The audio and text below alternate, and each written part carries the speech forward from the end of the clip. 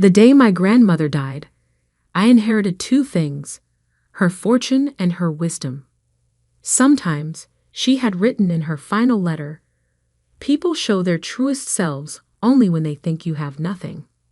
I was 23 when I received that letter, along with documents detailing my inheritance: $50 million in diversified investments, real estate holdings across 3 continents, and controlling shares in several major corporations.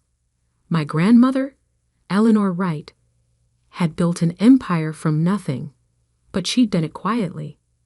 The world knew the businesses, but few knew the woman behind them. My parents never understood her. To them, Eleanor was just the frustratingly frugal mother-in-law who refused to fund their lavish lifestyle. They didn't know she was actually one of the wealthiest women in Chicago. That was exactly how she wanted it. "Sophia," my mother's voice cut through my thoughts as I sat at our dining room table, still holding the letter.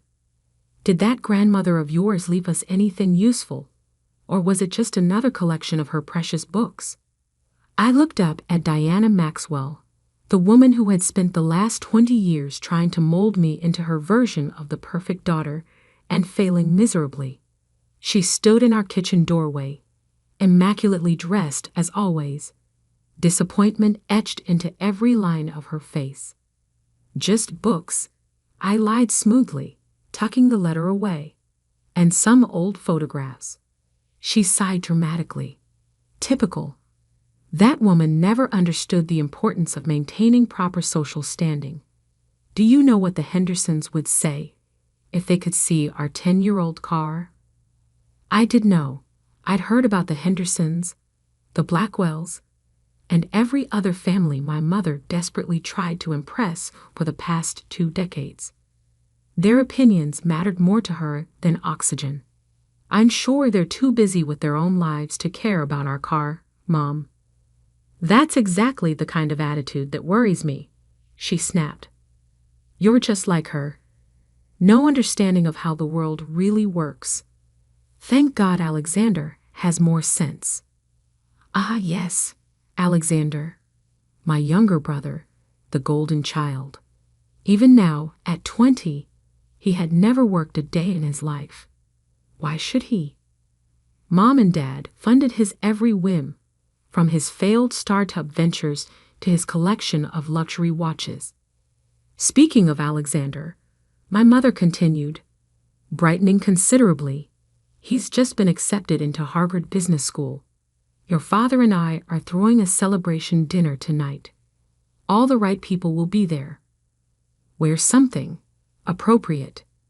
Her eyes swept critically over my simple dress and minimal jewelry.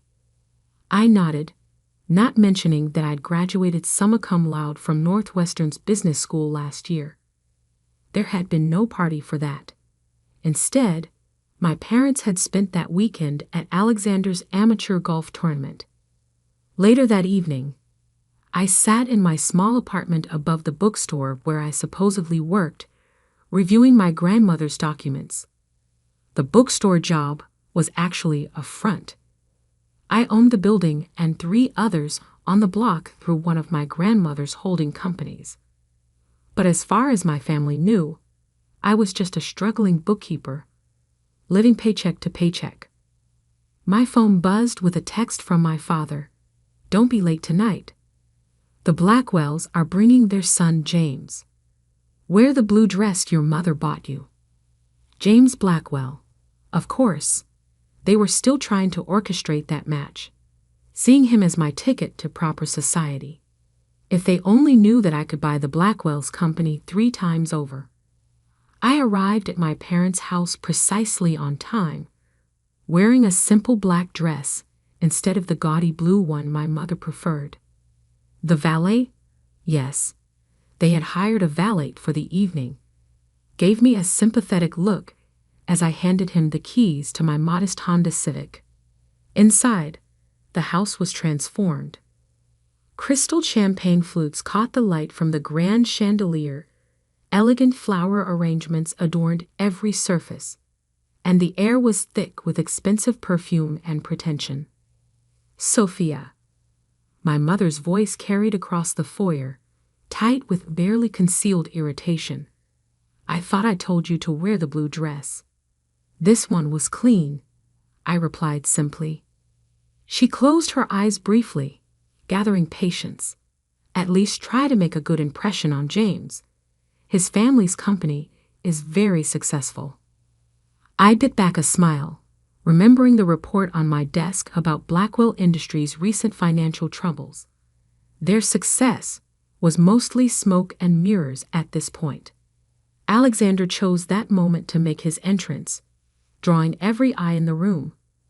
He wore a perfectly tailored tuxedo that probably cost more than my supposed monthly salary. "There's my boy," our father boomed, clapping him on the shoulder. "Harvard Business School's newest star." I watched as person after person congratulated him, praising his natural business acumen and brilliant mind. None of them seemed to remember his 3 failed businesses, all funded by our parents' increasingly strained resources. James Blackwell sidled up to me, champagne in hand. "Sophia," he smiled, all white teeth and practiced charm.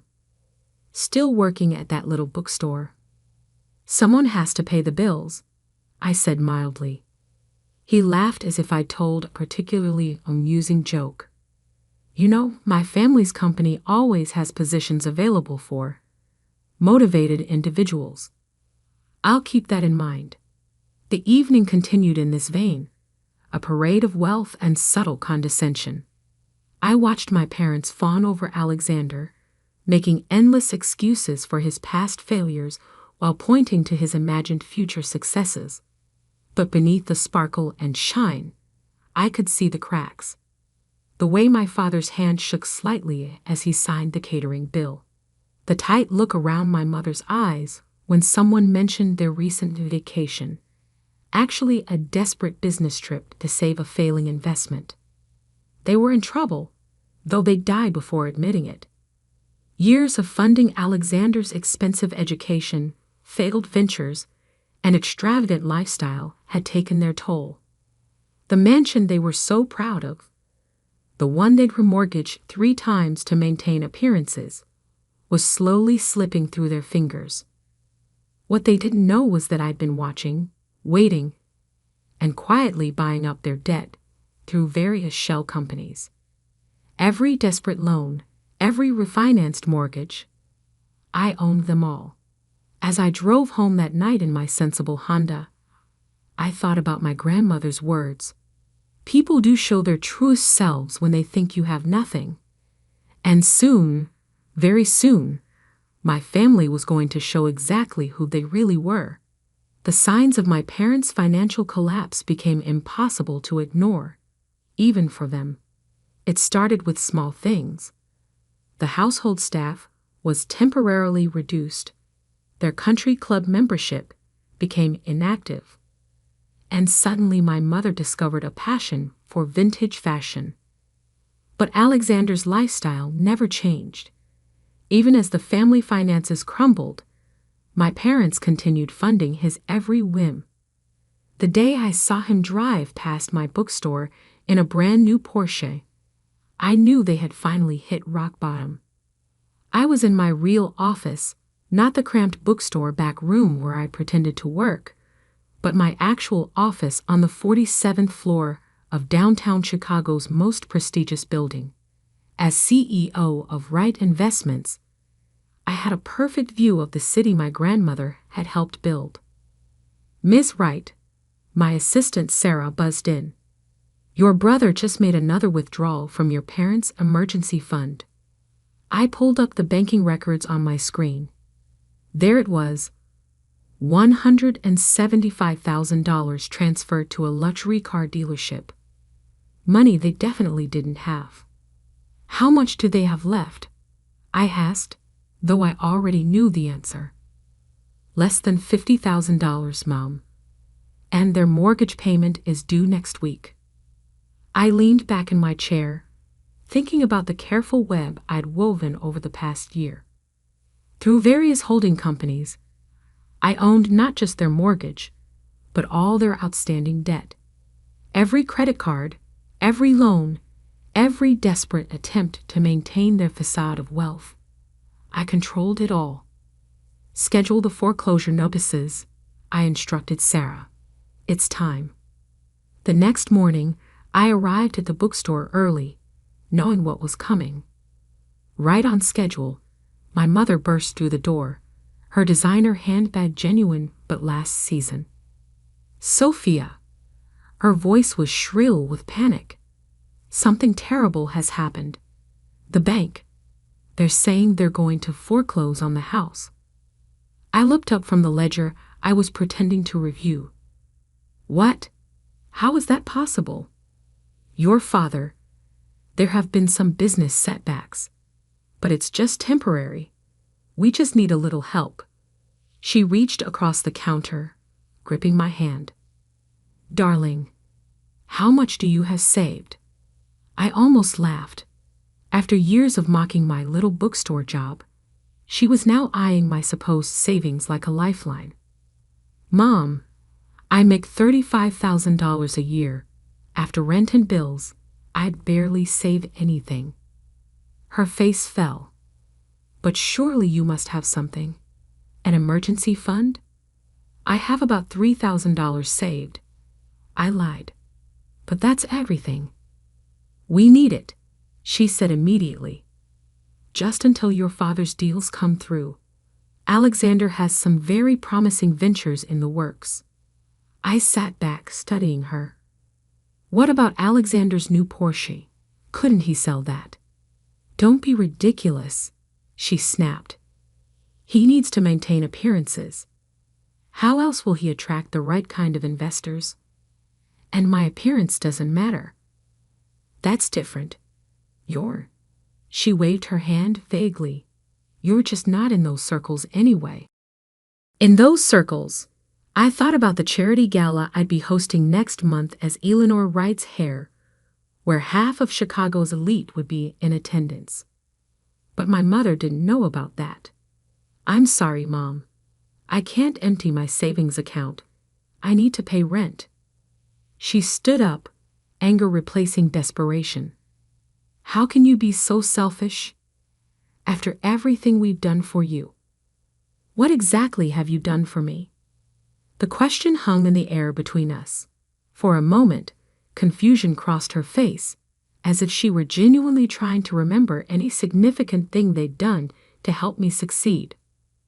We gave you a good home, an education. The education I paid for with student loans, you mean? The same loans you refused to help with because you were funding Alexander's third startup. That's not fair. Alexander has vision.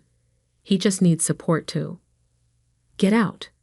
My voice was quiet but firm. Excuse me. Get out of my store, Mom. And don't ask me for money again. She left in a fury of slammed doors and threats, but I wasn't worried. Everything was proceeding exactly as planned. That evening, I received another call, this time from my father. Sophia, we need to discuss this situation like adults, he began, his business negotiation voice in full effect. Your mother tells me you were quite unhelpful today. I can't give you my savings, Dad. Now listen here, young lady. This family has a reputation to maintain. We can't have the house foreclosed. Do you have any idea what that would do to our standing? To Alexander's prospects? I thought about the foreclosure notices being prepared in my lawyer's office at that very moment. Maybe Alexander could help? He just bought a new Porsche. He must have money. That's different. That was an investment in his future. He needs to project success to be successful. And what about my future? He sighed heavily. Sophia, let's be realistic. You work in a bookstore. Your future is, well, it's already set, isn't it? But Alexander has real potential. The words stung, even though I'd heard variations of them my entire life. I'm sorry, Dad. I can't help. Then you're no daughter of mine. The line went dead. I sat in my luxurious office, looking out over the city lights, and smiled. Soon they would learn exactly what kind of daughter I was. The bankruptcy hearing was scheduled for 9:00 a.m. on a crisp October morning. I arrived early, watching from my car as my family pulled up in Alexander's Porsche, apparently the only vehicle they had left. My mother's designer outfit was pristine, but last season. My father's suit looked tired, and even Alexander's usual smirk seemed strained. They hadn't seen me yet, didn't know I was here. As far as they knew, their wayward daughter was still counting pennies at her bookstore. I waited until they entered the courthouse before following. Inside my briefcase were documents that would change everything: proof of ownership, transfer records, and the truth about who really controlled their fate. The bankruptcy courtroom was already filling up. Chicago's elite had come to witness the fall of the Maxwell family. My parents sat in the front row, heads held high despite their circumstances. Alexander slouched beside them, tapping on his phone.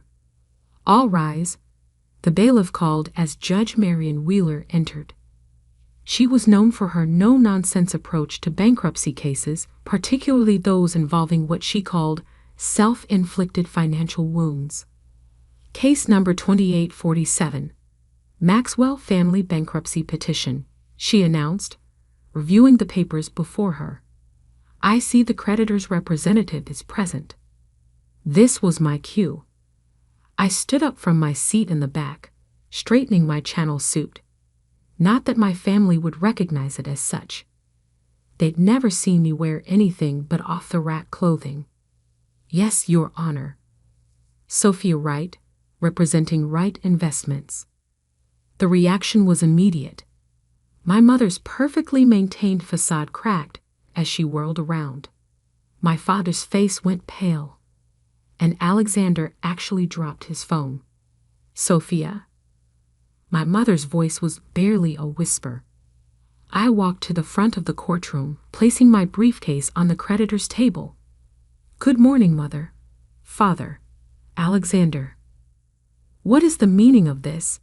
my father demanded, starting to rise before his lawyer pulled him back down. Judge Wheeler banged her gavel. "Mr. Maxwell, you will maintain order in my courtroom. Ms. Wright, please proceed." "Your Honor, Wright Investments holds all outstanding debts of the Maxwell family, including their primary residence mortgage, personal loans, and credit accounts. The total sum is approximately $12.7 million. "That's impossible," Alexander blurted out.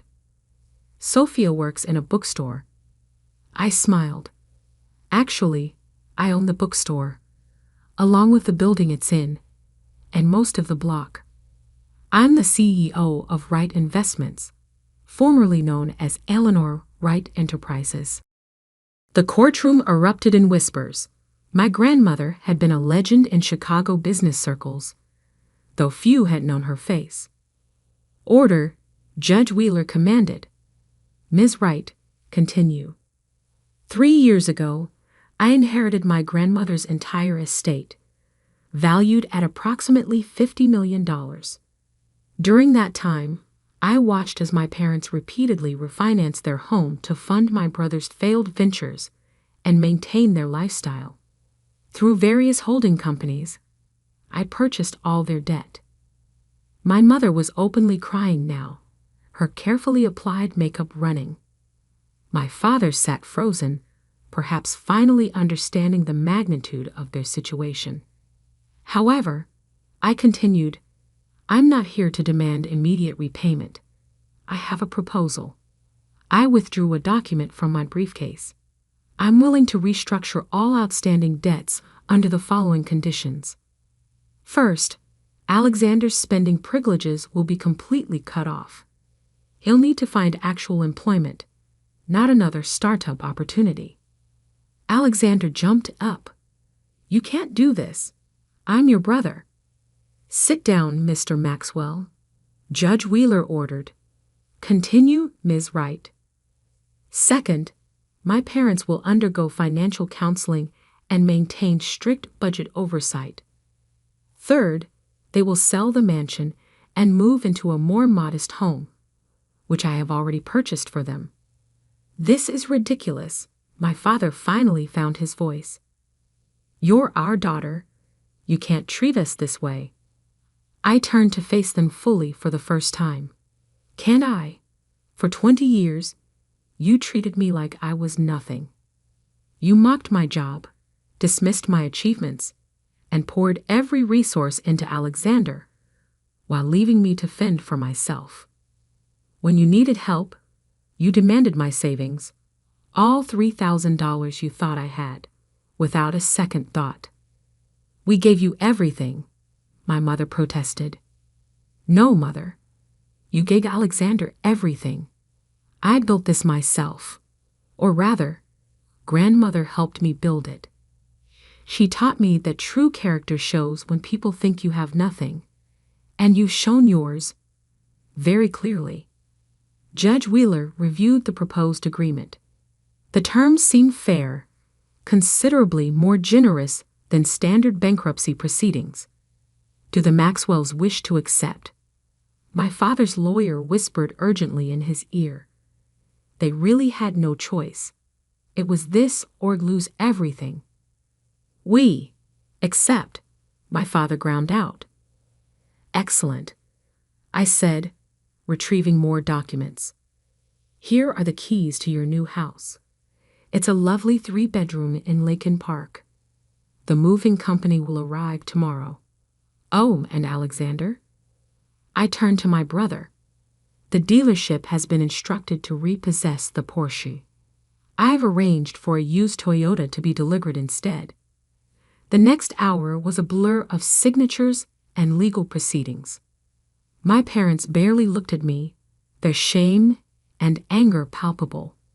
Alexander stormed out as soon as he could, probably to move money I'd already frozen. As I left the courthouse, I heard quick footsteps behind me. Why? My mother's voice was small. Why did you let us fall so far before revealing the truth? I turned to face her, because you needed to learn. Money isn't what makes a person valuable, Mother. Neither are appearances or social standing. I wanted you to understand what it feels like to be judged for your bank account rather than your character. And now, will you ever forgive us? That depends on you. The house I bought you is nice. Not luxurious, but comfortable. Your new budget is reasonable. Not extravagant, but adequate. What you do with this second chance is up to you. I walked to my car, not the Honda Civic they were familiar with, but a sleek Mercedes I'd kept hidden until now. Oh, and Mother, I called back. That blue dress you wanted me to wear to Alexander's party. I bought the company that makes it last year. They've discontinued that particular style. It was hideous. The look on her face was worth every second of the past 3 years. 3 months later, I sat in my office reviewing reports. My parents had actually stuck to their budget, attending financial counseling without complaint. Alexander had finally taken a real job, entry level, of course, and was learning what actual work felt like. On my desk sat a new photo frame containing an old picture of my grandmother and me in front of her favorite bookstore, the same one I now owned. Her words from that final letter still rang true. Sometimes people show their truest selves only when they think you have nothing. But she had taught me something else too. Sometimes the greatest power lies not in wealth itself, but in choosing when to reveal it.